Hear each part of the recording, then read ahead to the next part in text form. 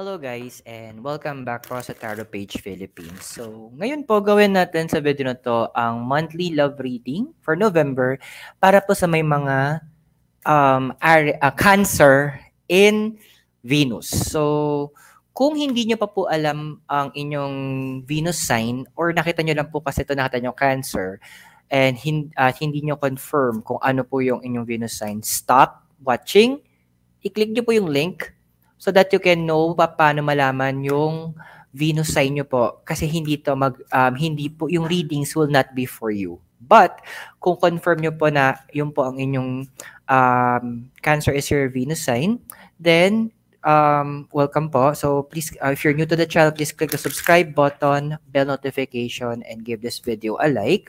And tandaan natin yung readings, they are for guidance purposes. Use your free will wisely. And sa mga nais po na maging member para magkaroon kayo ng access sa ating exclusive videos like extended readings and priority in live readings po, click nyo po yung join button sa baba. For private readings and spell works, message nyo po ako sa aking personal Facebook page. Link is in the description. And for support, you can use the thanks and GCash or Maya numbers in the bottom of the screen. Okay, so tingnan natin muna yung overall energy mo, Cancer, for this month of November. So we have here is the King of Cups. King kasi, this is it's an older male energy. And Cups is about what? Or about yung emotions tsaka heart natin. So, ano ba yung energy for now or for this November? Andun kasi na you might find, if you kay, Cancer in Venus, you might find literally, love. Iba't ibang klaseng love yung pwede mong matagpuan for this month. Siguro part to ng ng transition ng Pluto going to Aquarius, affected in a positive way, affected ang mga cardinal signs. So, andoon na you can expect that the universe will try to provide you individuals na kayang bigyan ng kulay. Bigyan kulay yung buhay pag-ibig mo. And this is a good thing kasi andoon na yung pinagdaanan, 'di ba? Mga heartaches, mga yung tipong hindi mo inaasahan na miscommunication with other people. So, eto na yung time na bibigyan ka ng universe ng chance na mas mapalalim mo ngayon yung concept of love in your life. And what I'm seeing here then sa card, and one of the things na ifo-fulfill sa'yo ng universe starting this month is yung tinatawag nating fatherly love. So, andoon na the King of Cups is trying to heal yung mga na-miss out na emotions in the past na hindi mo naranasan. And that is someone who is looking after you. So, hindi siya romantic eh. It's more on parang parental love yung mararamdaman mo dito. Yung tipong, wag mo titignan yung age because ang nakakaloka, hindi kailangan na mas ahead sa'yo ng taon sa edad yung tao.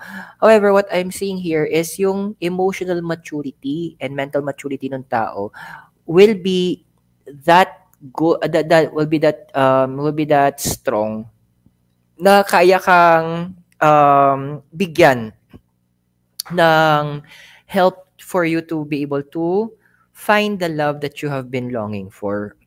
Kasi yun nga, dami mo ding trust issue eh. And just like yung sign mo, di ba, crab. So, andoon na hard on the outside pero deep inside, alam mo na, malambot. And masarap siya isawsaw sa butter. Ayun. So, kidding aside, andoon na this is a time of renewal ng heart na gagawin sa'yo ng universe for November.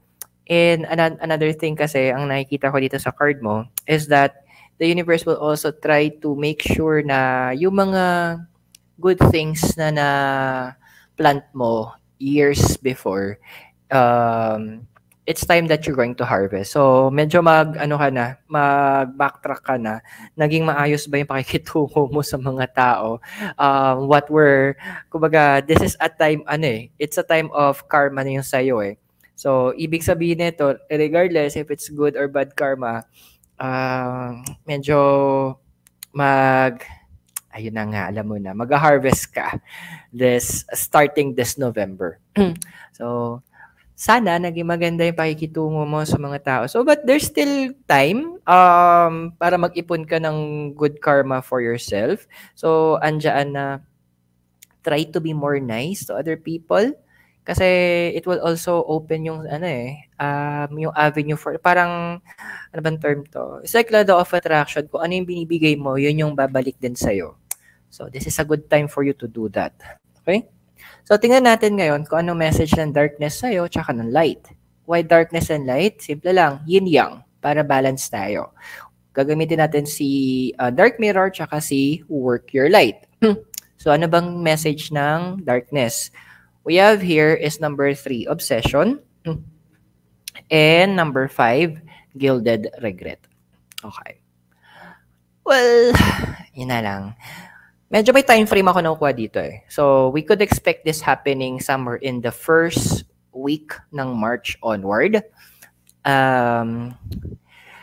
If you are not in a relationship, may chance na may ma-meet ka on the first week ng March. Someone na medyo makaka-capture yung attention mo. Someone na yung tipong mapa-second look ka talaga. Hindi dahil sa itsura na, hindi dahil sa ano yung meron siya.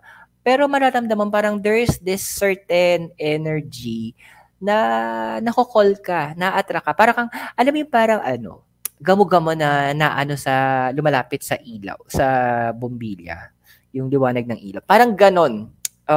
You will feel that attraction. And ikaw mismo, hindi mo siya ma-explain why you are feeling that attracted towards this individual.